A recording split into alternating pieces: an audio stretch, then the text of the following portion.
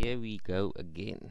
Alright, so last time we went from localized bacterial skin infections all the way through all those abscesses, pustules, and my cat is rubbing my feet, pustules, and then we got to acne as well. But acne is kind of localized bacterial skin infection, kind of a hormonal thing. I hope it makes sense after the last class. And now we're moving into diffuse bacterial skin infections. So I know you guys know what diffuse means. Well, I hope you guys know. So it's basically just a bacterial infection that is kind of spread out. Okay. So the three examples we have is erysipelas, cellulitis, and necrotizing fasciitis. This necrotizing fasciitis, all of you have heard about. We talk about that flesh-eating disease. That's that one. And the rest of the other two you probably haven't heard of. But they are so similar, really are extremely similar. That's why I put these twins here. You can see Celu is tall, Eri is short. And I put the skin on the side because cellulitis is penetrating deep up until the subcutaneous fat, and erysipelas is only the epidermis and the dermis. They really are exactly the same, you can almost say, just different people get them. So both are caused by Streptococcus and Staphylococcus. So you should remember that all of our cysts and our abscesses and our ETCs are caused by strep and staph. So it's the same thing once again causing it. So you should then know it's not contagious because all of us have strep and staph. In other words, something must have changed in this person's immune reaction towards the strep and staph that actually caused it or allowed it to start causing a bacterial infection so deep into the skin. So all of us have it. None of us, we don't actually have the disease itself, but all of us have those bacteria on our skins. So not infections, you can see that. If you have an infection, you will have systemic symptoms most likely. If you have infection with strep and staph, you will most likely have systemic symptoms. Sudden fever, and the lesion itself I'll go into just now, but generally speaking, cellulitis is very diffuse, meaning you can't really see a border to it. It's of course very tender and sore because there's a lot of inflammation happening there, and wherever you have inflammation, your pain sensors are kind of heightened or sensitized. Erysipelas is a bit different. It has a well-defined border, and erysipelas children and older people, and cellulitis middle-aged men and women. Okay, then I have a few examples for you here. There really isn't much I want to go into this. Last thing I want to maybe just mention is that there must have been something that happened before this infection actually started. So one way or another, the bacteria must have gotten access to the deeper parts of your skin. So it might have been a cut, might have been an accident, might have been a burn, etc. Something must have happened because normally it can't really get there. The only place the bacteria can get is into the follicle itself. Okay, so here we have a few examples. There is erysipelas. You can see there's a very well defined border on top there. Very well defined border on top there. And for the children, you can see there's a very well defined border there. So I'm guessing in this little girl's case, most likely she got a cut in the back of her ear or somewhere inside of her ear, and then that developed and it spread out into the skin like this. Now with cellulitis, you can't really see a border. It's very difficult to actually see a border. But you can see the skin is very hot, very red, very inflamed, very sensitive. Now, another thing I want to mention to you here is most of the cases, not most of the cases, whenever you have a cyst or an abscess, it can also start developing this cellulitis. So whenever this starts, you know that the bacterial infection is not contained in that follicle anymore and it's actually starting to spread, it's becoming more diffuse. Then you would also get systemic symptoms, swollen lymph nodes, fever, high CRP, high white cell count, etc.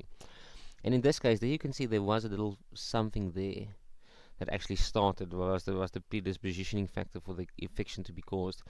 And I hope that's making sense so far.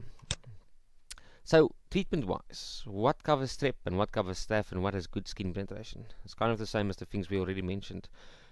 Would drainage be possible?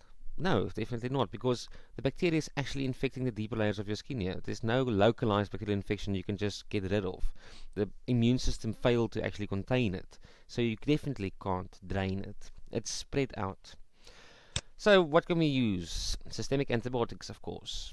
And systemic antibiotics mean any antibiotic that you take orally or IV or IM. Azithromycin, cefalexin, clindamycin, flucloxacillin. Those are the ones in your EML STG. Once again, going into the classes, going into the nomenclature, etc., we're not going to be doing that because you're not busy with 313, you're busy with 213. In 213, we're just covering all of the most important skin infections. And I wish we actually had practical examples. We could go to the hospital, you could see it. You just generally it's much easier to memorize them and understand them when you actually see them. Anyways, complications. Oh, yes. Okay. So these drugs and the dosages and all of the side effects, etc.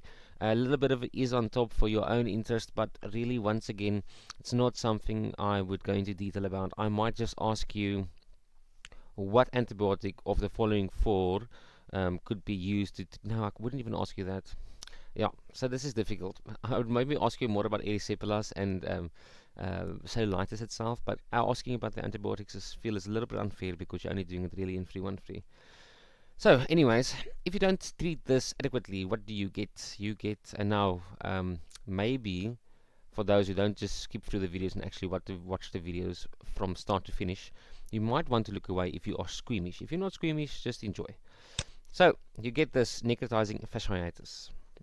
So what this necrotizing fasciitis actually means is that the bacteria has actually traveled so deep into the skin, it's on the fascia of the muscle. So the fascia is a membrane surrounding all of your muscles.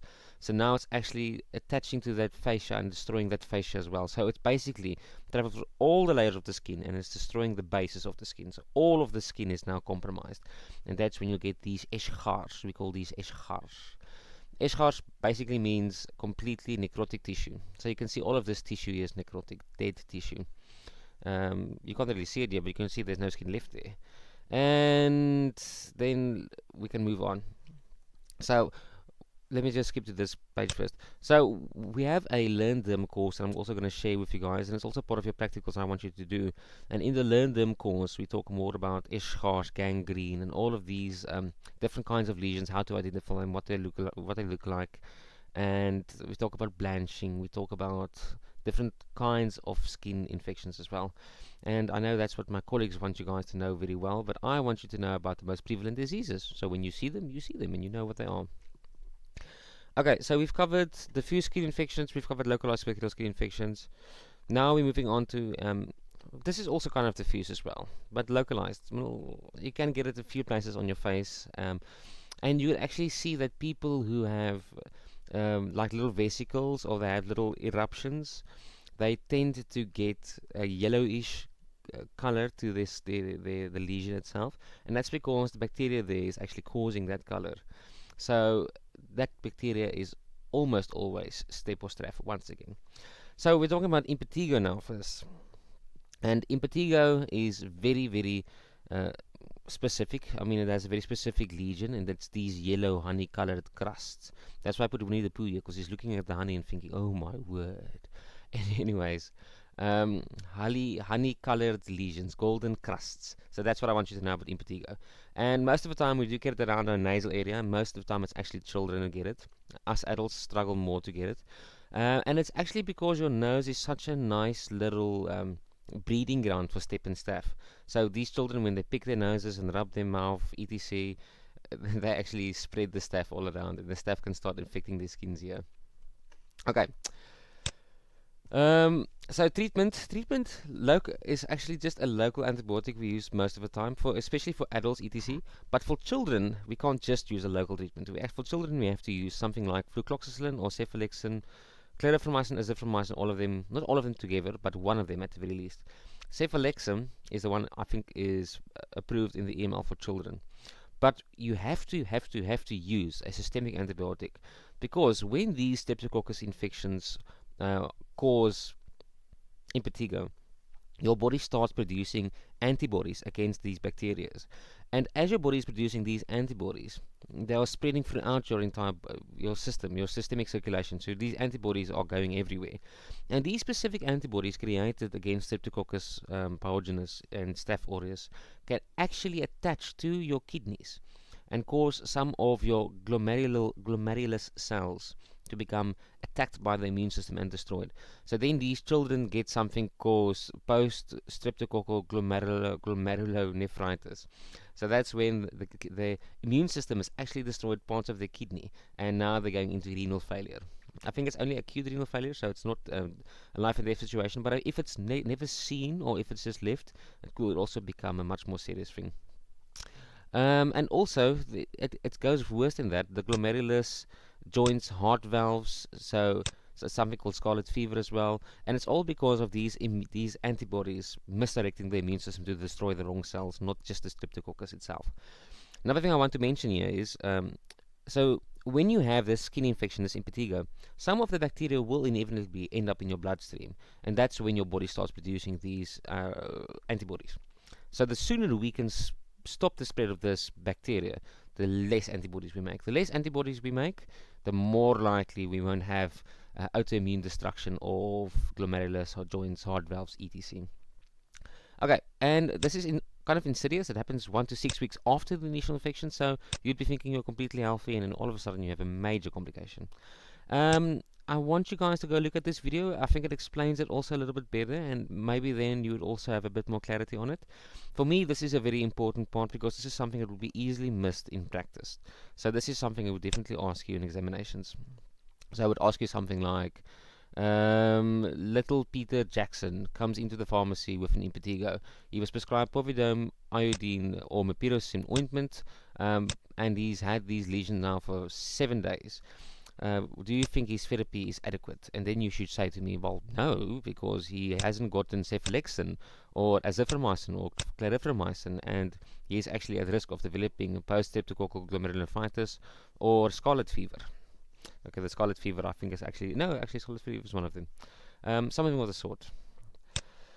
Okay, now I'm talking about the clinical presentation of diffuse skin infections versus localized skin infections. I actually think the impetigo is making a bit confused. I should probably put this slide there somewhere. Am I right? Yes. Yeah, it's a bit messy. Anyways, I think this is kind of self-explanatory. I think you should just read this. If I go into this now, I'm just going to confuse because I'm still on impetigo. And oh, we actually finished with impetigo anyways. So, the next thing we're going to cover, oh, actually, we're not going to cover it in this class. It's kind of pointless. It's too easy. Ichthyosis and dry skin. So normally there's a reason why we have dry skin or something is wrong. So it might be an underlying skin condition. So it might be something like eczema. It might be some fungal infection, etc. So I'm not going to go into all the emollients and the occlusives, all of the ways we can hydrate our skins. I know there's a very nice video here on YouTube from this woman. She knows more about all kinds of moisturizing creams than I do. And yes, so you can go look at that video. But generally speaking, ichthyosis and dry skin is due to something else, or it's just simply dehydration. And that's why we're not really going into detail about it. Okay, let's take a quick break. How long has this video now been? Oh my word, 12 minutes. Time flies. Okay, so we're kind of done with the ichthyosis, and the dry skin means the same thing, just a fancy word, ichthyosis. We're moving on to the fungal skin infections. I usually do it in 2 to 3, but I think I'm going to do it here because 2 to 3 is just simply too busy. So fungal skin infections themselves can affect the skin, nails, hair, and body. Actually, I do have a very nice slide on that you think you can just use later on. Where is that slide? There's the slide. So there's a nice slide. So here are all the different areas that can affect, and actually what you call it when it affects those areas. But before we get into the actual names and all of the specific symptoms, let's talk about what actually causes it. So it's caused by these 3 funguses, and please don't ask me to mention their names, but we also call them dermatophytes. So these dermatophytes can actually eat or kind of feast on the keratin within keratinized cells. So as they do this, they start causing an infection.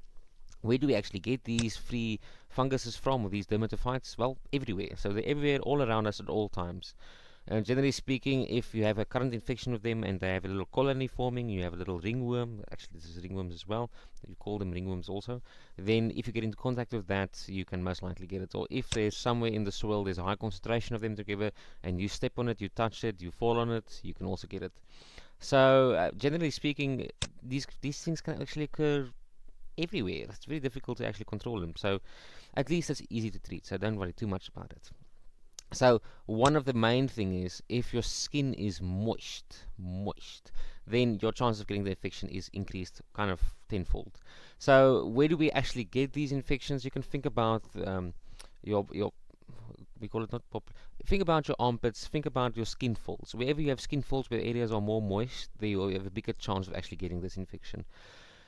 And areas that are kind of constantly humid, So in more humid environments, you have a bigger chance of getting these infections as well. If you get them in your nails, so your fingernails, for example, it takes about 6 months for them to grow out of the fingernail. Because remember, your fingernail is also made of keratin, so it's a nice area to feast for them. It's just a bit more difficult for them to actually infect the nails. It's more easy to infect the skin than the nails. Your toenails take about 6 to 18 months to grow out, and then only then you can be rid of it. And of course, if you don't actually kill the little fungus or this little dermatophyte on the nails, you will just continually reinfect the nail as it's growing and growing and growing. So after you've actually destroyed the fungus, then it takes 6, 7 months for the nail to grow out before it's completely finished with, or before that ugly nail is destroyed or replaced with a beautiful new nail. So risk factors, because I told you now that it really is about the moist areas. So sweaty clothes, obviously. So people from gym, people who exercise a lot, people who play sports, and especially sports, contact sports. You can think about rugby. If you're playing rugby and you're tackling a person, he has a ringworm on his shoulder, or maybe here. No, actually, you can't get there. Maybe a ringworm on his leg somewhere, and you tackle him, and most likely you've gotten enough exposure if you were sweaty as well to get a ringworm yourself. So contact, definitely one of the reasons. Unwashed clothes. Remember, if I have a ringworm here, and this thing is rubbing against the ringworm the whole time, and now you called and you ask me for my shirt, I give you my shirt, then you're getting in contact with all the dermatophytes that are on this jersey of mine here. Skin folds, like I told you. Obesity, of course. If you're obese, your skin folds are much more pressed together. How could I put this? Like the little Michelin man. If you look at the Michelin man, it's like all of his skin folds are pressing on top of each other. So if you have more skin folds pressing on top of each other, there's most likely going to be more sweat in those skin folds. So you are predispositioned to you have a bigger chance of getting the skin infection then. Diabetes mellitus, because people with diabetes mellitus have compromised immune systems, so of course they have a bigger chance as well. And physical inactivity, but that goes directly with obesity as well. So treatment-wise, we have so many treatments. If you're working in a pharmacy like a Clicks or a Dischem, you'll find all of these: clotrimazole, miconazole, and. Can you see there's a pattern in the name here? Nuzzle, nuzzle, nuzzle. Can you see that nuzzle? So there's a reason why we actually call things in this way. So if something has a specific name, if something has a very specific name like nuzzle in this case, that means that all of these drugs fundamentally have the same mechanism of action. So the mechanism of action they have is they actually inhibit the cytochrome enzyme within the fungus itself. I'll go into that a little bit more just now, but I want you to understand that. So when you see a drug that has a name like a nuzzle, or you see a bunch of drugs with the same name, then you can assume that they have the same mechanism of action. So if I give you a question, a multiple choice, well, I'll give you a multiple choice question, and I ask you which one of these do not inhibit the cytochrome metabolism within a fungus or within a dermatophyte, and I give you maybe 3 of these, and I give you nystatin, then you can safely say it's nystatin, because nystatin itself doesn't end with the same name. So there's a reason why it was named atin. In other words, it doesn't work the same way as these ones. Okay, so we have a lot of them. How much do I want you to know about them? Well, not really too much, because you do your antifungals also in 313. But I want you to at least know about clotrimazole, and I want you to at least know that most of them are topical. We just use them topically. And I want you to know that, well, that's basically what I want you to know. Fluconazole is probably the most widely used oral one. It has the least side effects. The rest of them actually have a lot of enzyme inhibition, inhibition or induction, I can't really remember now. But the rest of them have much more side effects, so that's why we still stick with fluconazole and clotrimazole. Those are our 2 main MACs that we use the most.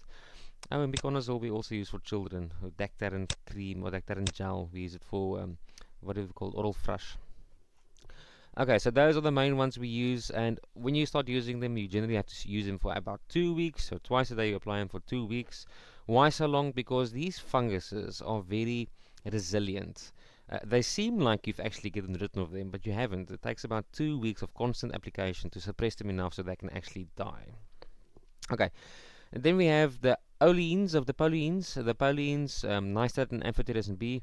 Nystatin is the only one you should be concerned about. Amphotericin B is a IV drug we use much more. I haven't even seen a topical one of this before. So, but this is a very, very potent antifungal drug we use, and we really use it for very severe fungus infections. So, when you have a fungus growing in your brain, for example, you'll know what that is next year. For now, it can just sound fun or funny. Oh my word, it sounds terrible. Sorry.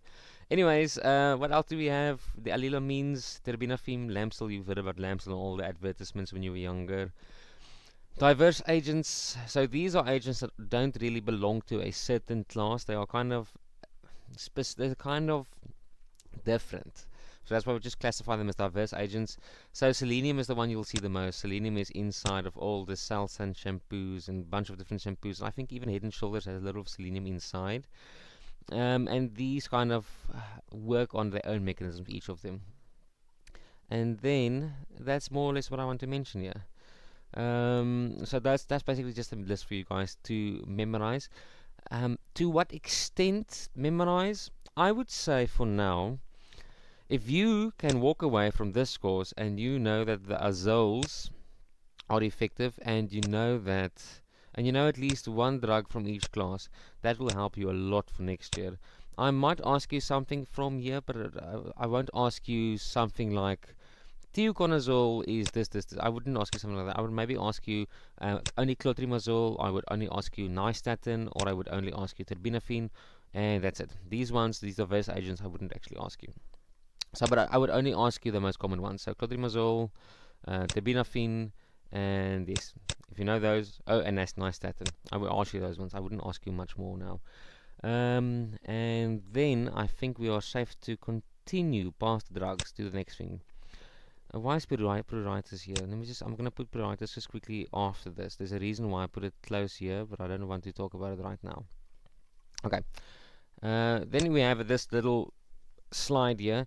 So whenever you have a dermatophyte infection, we call it a tinea.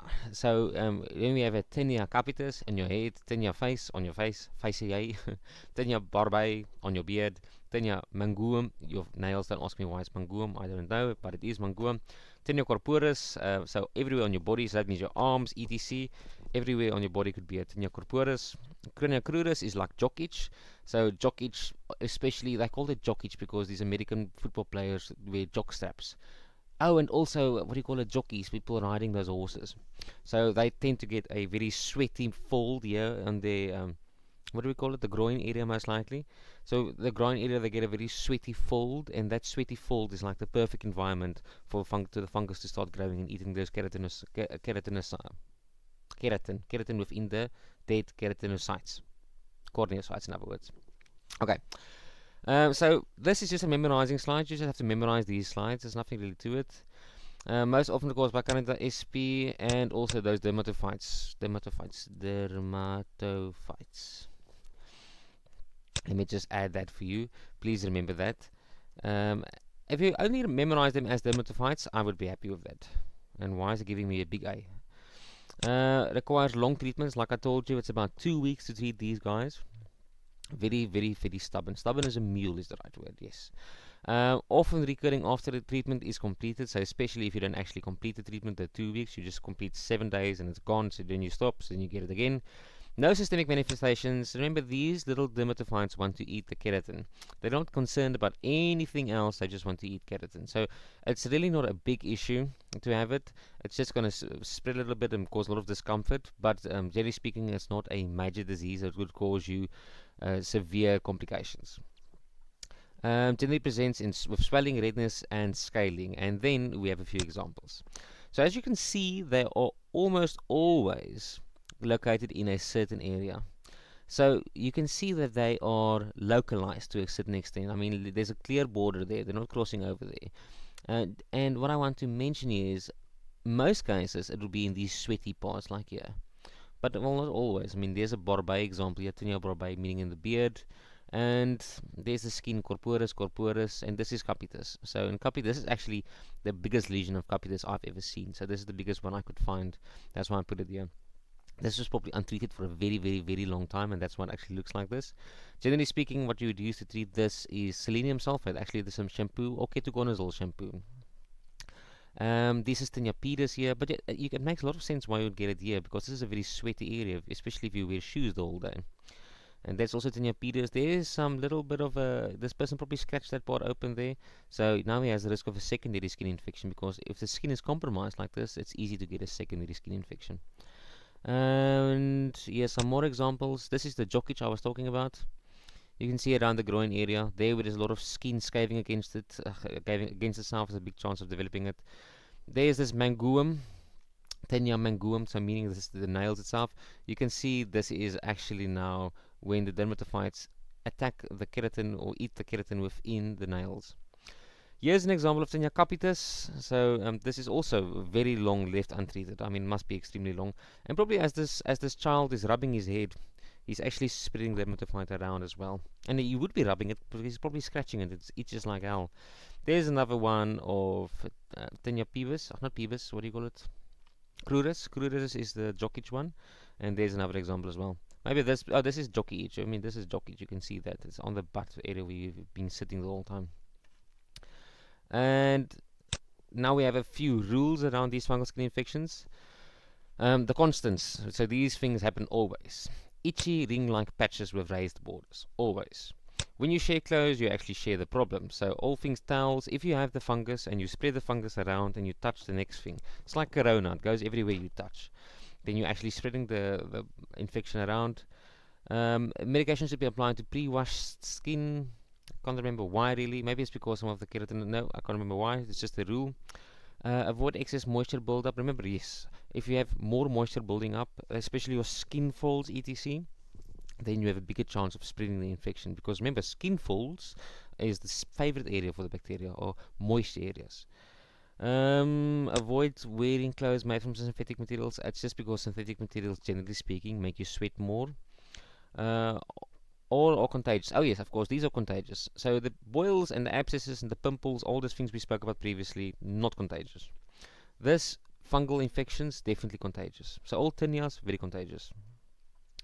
Presents where skin folds touch. And I made a question mark because I would want to ask in class, but where skin folds touch, you are sweating more, most likely. Here I have a little list of everything that we use. Do I want you to know this? Kind of. So once again, this is once again in 313. That's why it's so difficult to choose what's important in this dermatology section of your work. But I think for your own, let's say I want you to at least know everything about clotrimazole and ringworm. If you know that, I'm probably fine with you guys. And everywhere where you see clotrimazole, let's say this, everywhere where you see clotrimazole, I want you to know that. So tinea pedis, tinea corporis, ringworm, in other words, I want you to know that. And maybe for now it would be a good idea just to know the mechanism behind clotrimazole itself. I'll explain it to you just now. And the rest of these you will also, these mechanisms you'll cover later on. But no, that's fine. This is just memorizing work further on. Understanding the mechanism itself is quite easy. I'll quickly tell you what happens. So the fungal cell itself needs to make its ergosterol cell membrane. So if it cannot make this ergosterol cell membrane, it won't have any protection against the outside world. So the ergosterol cell membrane for the fungus is like the skin for us. If we couldn't make a skin, we would probably get infection and die the whole time. So for them to make this ergosterol cell membrane, they have this process where they take squalene and then via squalene epoxidase make lanosterol, and then they take lanosterol and via azoles, no, not azoles, lanosterol 14 alpha dimethylthiolase. That word, they create ergosterol. So what we're doing is when we're using azoles, clotrimazole, ketoconazole, itraconazole, all of those azoles, you see those azoles, we are typically inhibiting this lanosterol 14 dimethylase. So this, we also call this a cytochrome enzyme, because I think it's very similar to cytochrome as far as I remember. So we're inhibiting this CYP enzyme, and then the bacteria, the fungus can't make ergosterol, so it can't actually make the vital ingredient for its cell membrane. If it can't make its cell membrane, it can't go on undergoing mitosis and spreading, and it can't grow anymore. So then eventually the original ones simply die out with time. Okay, is that making sense? I hope it's making sense. Now, I want to quickly touch on pruritus here. There's a reason why I'm not covering pruritus specifically, and that's because pruritus is always pruritus itchy skin. Sorry, let me just say that first. Pruritus means itchy skin. Pruritus is always a symptom of something underlying. So, dry skin would give you some pruritus, allergies, some hives, some eczema. Certain drugs would give you pruritus. Definitely, some tinnias, any ringworm will give you pruritus, etc. How can we treat it? I think in what do we call it? The EML in South African EML and STGs we use calamine lotion, but I think a much better solution for actually just curing the itchiness. You're not actually curing the underlying disease itself, but curing the itchiness. Something like amethicane, which is a local anesthetic. Amethicane simply inhibits the sodium channels, so then that signal for itch can't be carried to your brain and back. So I mean, then you won't feel it's itching. So you're only covering the itch, only taking away the itch. Something else we can use is all the corticosteroids, and this I'll cover in a lot of detail with you guys soon. So don't worry about it too much now. And remember, itch is also precipitated by histamine. Remember, you guys definitely you did your local mediators. So under local mediators, you would also have done histamine. So histamine itself can actually cause itchiness. So if we can inhibit the histamine from touching the receptors or attaching to the receptors and stimulating the histamine receptors, then we can actually also inhibit some of the itchiness. So antihistamines are definitely something we also can use for itchiness. Topical corticosteroids, yes and no. It depends on why the person is itching. If the person is itching because of an allergy or because of eczema, then the topical corticosteroids would actually treat the underlying disease and would also inhibit all of the histamine release and inhibit all of the mast cell degranulation and inhibit everything else there. But we'll go into that a bit later as well. So generally speaking, pruritus, the only thing that we use to cover the itchiness is antihistamines and amethicane. But I would say don't worry too much about pruritus itself. Worry about the underlying disease causing the pruritus, whatever that may be. And all of this I've kind of already mentioned. The last fungal skin infection I just want to touch on is this tinea versicolor. And there's also another word for it, pityriasis versicolor. So there's two words for it, tinea versicolor, pityriasis versicolor. And it has to do with these hyperpigmented, is it papules of macules? Let's see if I mentioned it in here. Hyperpigmented macules on the torso, especially the back. So this is caused by this Malaria furfur organism just randomly growing. It's not very severe or anything. It definitely has some itching involved, so there is pruritus with it. So what do? You don't treat the pruritus, you're trying to get rid of the fungus. How do you get rid of the fungus? Ketoconazole shampoo. So you actually use shampoo to lather the body and then you wash it off later. Selenium shampoo is also something we use. But once again, this is not a very severe condition, so not the worst thing or the biggest thing to be worried about. 5 minutes, repeat daily, 5 days, yes.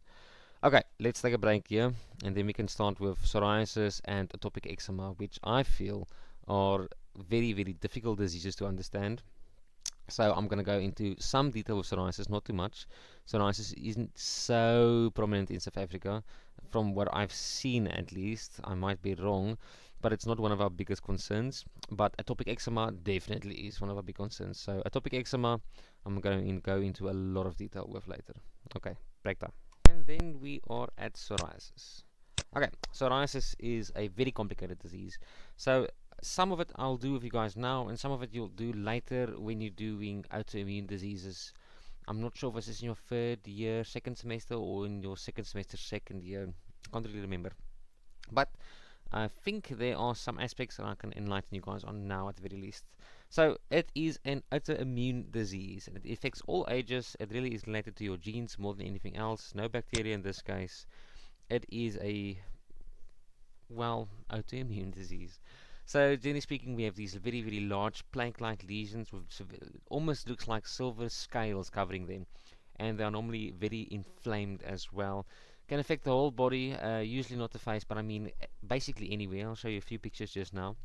Extremely itchy, and it is characterized by mainly the hyperproliferation of keratinocytes in reaction to an inflammatory mediated release. Okay, So all of that will make sense if I just have a few images to help you.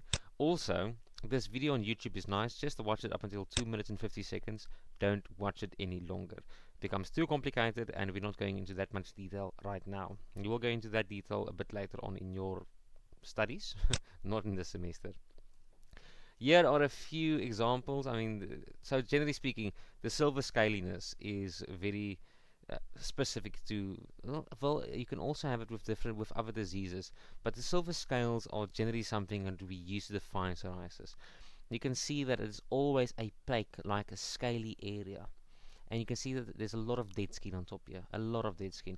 And the reason for this is because the skin is hyperproliferating so fast that the keratinocytes are not shedding. Like under normal circumstances, when you walk around, when you put on clothes, you shed off your keratinocytes or your corneocytes, you shed them off. But in this case, the keratinocytes are dividing so fast, the corneocytes are still adhering to one another, and they haven't actually been abrased from each other. So what some people with psoriasis do is they actually scratch off their own psoriasis, their own dead corneocytes. And there is a video here. Just make sure you have a very strong stomach when you're watching this, or you didn't eat anything, because it will definitely do something to your stomach. If it doesn't, you're a bit weird, but it's not a problem. I think we need some weird people. Anyways, how does all of this start? So somewhere in the skin, somewhere in your dermis, there is a cell that starts releasing a lot of inflammatory, a lot of signals signals to say that there is inflammation or there is a foreign substance here. So some cell somewhere in the dermis starts releasing chemomediators, or starts releasing signals to attract chemomediators for no specific reason. And then as soon as that starts, that cell starts releasing tumor necrosis factor alpha, interleukins 1b, 6, and interleukin 17. There are more than just these ones. These are just some of them. And then they talk to the T helper cell and tell the T helper cell, but oh my word, something is wrong here. And the T helper cell recognizes the signals they are carrying means that we need T helper 17s and we need T helper 1 cell. So then the naive T helper cell will differentiate into a type 17 or to a type 1. And from here, then we get a lot of inflammatory mediators releasing. And these inflammatory mediators that get released from the T helper cells start bringing more and more immune cells to the fray. And as this happens, this autoimmune reaction happening at this moment there causes the keratinocytes to hyperproliferate. So they proliferate faster and faster and faster and faster and faster. So that's why the skin turnover rate becomes so much smaller. So the hyperproliferation of keratinocytes leads to the skin turnover rate becoming shorter and shorter and shorter. And then these corneocytes on top can't actually just get scraped off under normal circumstances. They're still adhering to one another, and that's what leads to the scaly plaque forming. And of course, all of the inflammation is because of all of these mediators causing an immune reaction in the area. So all of this information here, I wouldn't actually expect you guys to know. It is a bit complicated. So to be fair, I don't actually want you guys to go into all of this detail. You'll go into more of the details with the biological agents, because the biological agents specifically target certain interleukins or certain tumor necrosis factor, chemokines, etc. So then you'll go more into it. What I want you to understand is all of the characteristics of psoriasis and what it looks like. So the silver scaly plaque. So normal skin turnover time of 28 days, psoriatic skin turnover time of 6 to 8 days. So you see it's extremely fast. The components of the disease, so there's a high skin turnover rate, there's inflammation, and it's because of an autoimmune reaction starting. So some cell in here starts releasing all of these chemokines for no real, well, we're not sure why. So that is the genetic component of it. That skin cell there is dysregulating the immune system to actually attack its own cells for whatever reason, not sure. But that is the genetic component of it. I want you to understand. Information is self-expression, you got that. Faster than normal, yes, got that. Humoral adaptive immune responses lead to inflammation of the miss. Okay. I think all of that's fine. Treatment-wise, what can we do? So we're trying to decrease the skin turnover rate. That's one of the ways. And to decrease the skin turnover rate, we can normalize keratinization. So with the retinoids, we can do that. Remember the retinoids from acne. And they are agonists on the RAR area, so the retinoic acid receptor complex in the nucleus itself. And when we give acitretin or tazotrine or antapaline, one of these are topical ones, one of these topical retinoids, they actually force the nucleus to transcribe certain proteins, and those certain proteins have certain effects. And the effects of those proteins would be a decreased skin turnover time, normalized keratinization, and then all of those effects we spoke about in acne as well. Um, do I want you to know all of this? Not really. Do I want you to know that retinoids are effective in treating psoriasis? Yes. If you know that, I'll be happy. And in keratinolytics, we also use these just to reduce the rate of keratinocyte proliferation, and that's coal tar and salicylic acid. Same salicylic acid we spoke about in acne as well. I just quickly want to, because I think this keratinocyte proliferation would be confusing you guys if I don't actually bring into perspective this slide again. Remember, the keratinocytes start dividing here at the dermis, the basal layer of the dermis. And as they proliferate, they grow older and older until they become corneocytes, and then they die. So if this rate is increased, this dead layer of skin cells on top will be much thicker. And that's exactly what happens in psoriasis. And I think if I mention more than that, I think I'll just make it more confusing. Let me go down to psoriasis again. We've covered a lot of work. I hope your brains are still lasting. Anyways, and then this is important. The adrenocorticoids are extremely important. They are amazing in psoriasis and even more amazing in atopic dermatitis. So we're going to be talking about them a lot. So their mechanism itself is extremely complicated. But don't fret, we're doing the mechanism in 3 diseases in this course: allergic rhinitis, atopic dermatitis or atopic eczema, and asthma. So since we're doing it in 3 places, I think we should be discussing it more than just once. So adrenocorticoids they're basically analogs of cortisol. Cortisol is one of your body's stress hormones that releases when your body is extremely damaged, or when your body has undergone something extremely damaging. So like an accident, for example. They're known as an immune suppressant, and yes, they are immune suppressants because what they do is they go into these various immune cells, and they also have their own They also have their own genetic recognition pool. Well, how do we exactly put this? Their own area within the genome which they activate, and activate or deactivate. I'll go into that a little bit more later. But the end effect is that these cells, these mediators, or these mast cells, basophils, all of the immune cells, would then stop producing all of these interleukins: interleukin 1, 6, 2, 3, tumor necrosis alpha, etc. And then that's not the only mechanism of the corticosteroids. They actually also stabilize mast cells, because when mast cells degranulate, they release a lot of histamine. So if they stabilize the mast cells, they are indirectly also blocking histamine release. And then they inhibit phospholipase A2. So if you inhibit phospholipase A2, you are inhibiting all of the arachidonic acid from going into the cyclooxygenase pathway and into lipooxygenase pathway. So then you have less prostaglandins, less leukotrienes, and etc. So if you have less of that, you have less inflammatory mediators going around as well. So what I want you to see at this moment is that it's actually causing a lot of anti-inflammatory action in various ways. So it's actually directly causing the immune cells to make less chemokines. So there's less immune reaction happening in a certain sense. It actually inhibits the mast cells from degranulating, or stabilizes them, that's the other word for it. Inhibits phospholipase A2, so we are indirectly inhibiting also then the COX-1 and COX-2 pathway and the LOX pathway. And that's the most important ones. And then there's something important to mention as well. We have various types of corticosteroids, and generally speaking, they have 2 effects. The one is the adrenocorticoid effect, and the other one is the anti-inflammatory effect. So the anti-inflammatory effect is the one we want, because we are trying to counteract the inflammation caused by the immune system. So in this case, like psoriasis, there shouldn't be an immune reaction, but it is there. So what can we do about it? We want to inhibit it.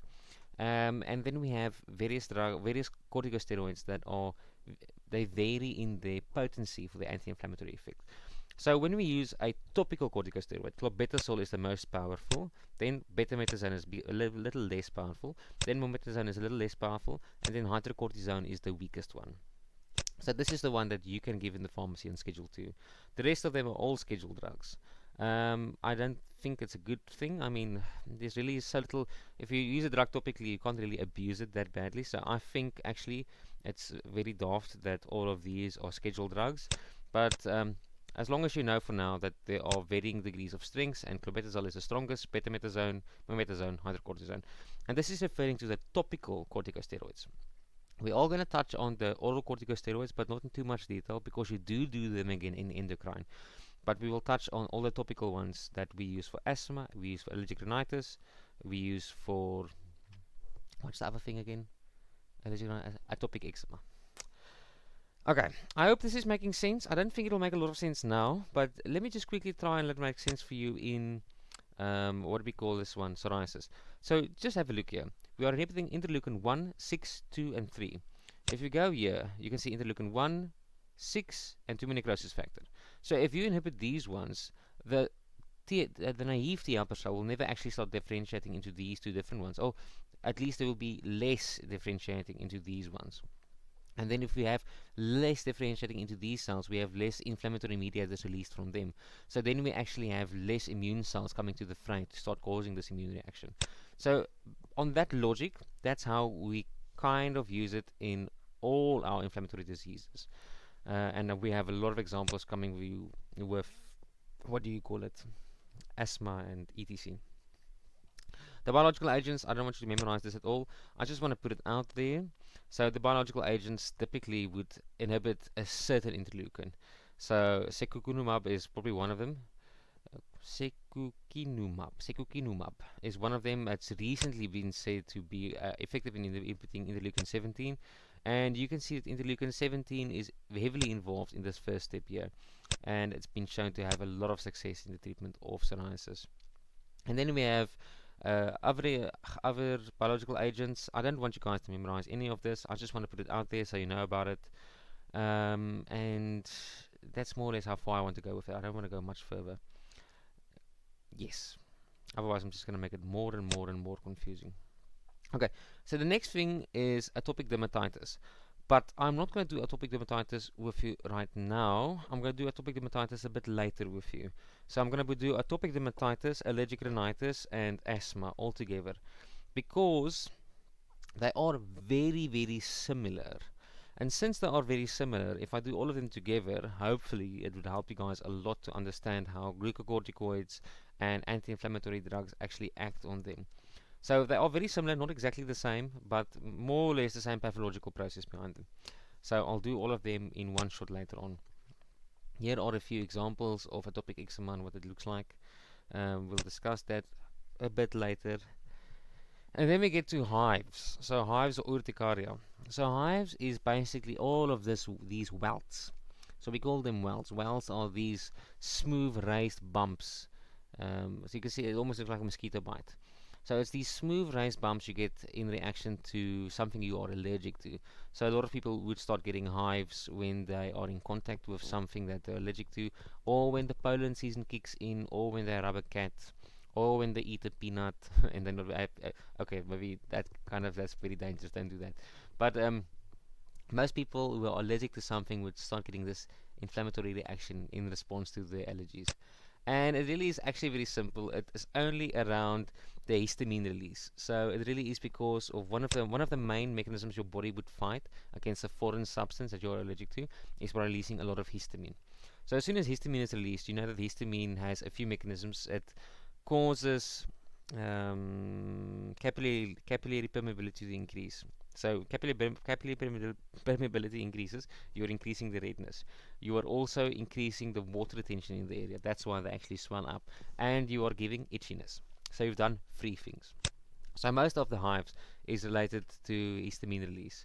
And how can we stop that? Well, we can give a person antihistamines like diphenhydramine. I think you've done antihistamines. Have you done antihistamines? I'll double check that a little bit later on. So generally speaking, we can do antihistamines, diphenhydramine, fexofenadine, cetirizine, desloratadine. There's a lot of them. That's generally speaking what we can do. Risk factors such as hay fever or asthma. Oh, generally speaking, once you are allergic to something, you don't just have one allergic condition, you generally have more than one. So, allergic rhinitis might go with asthma, might go with atopic dermatitis, might go with contact dermatitis, etc. I think if you inhibit the histamine release, you're actually stopping this entire thing.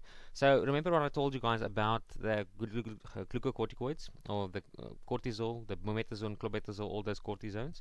They can inhibit mast cell releasing histamine. So that's also very effective using it here because then they inhibit the further release of histamine. You can use the antihistamine cream as well. So something like meperamine, that's what we call it. Or you can use an antihistamine systemically like loratadine, cetirizine, etc. Those are the new generation ones. The old generation ones make you very tired. Okay, nicotine inhibitors. I don't think I want to go into all of this. I think that's good enough for now. And then I'm gonna draw a pause here. I'm not sure how much detail I want to do with the viral skin infections. I think they're much better to do in your third year as well. But let's quickly pause. Let me just think about it as well. Can I pause? I can pause.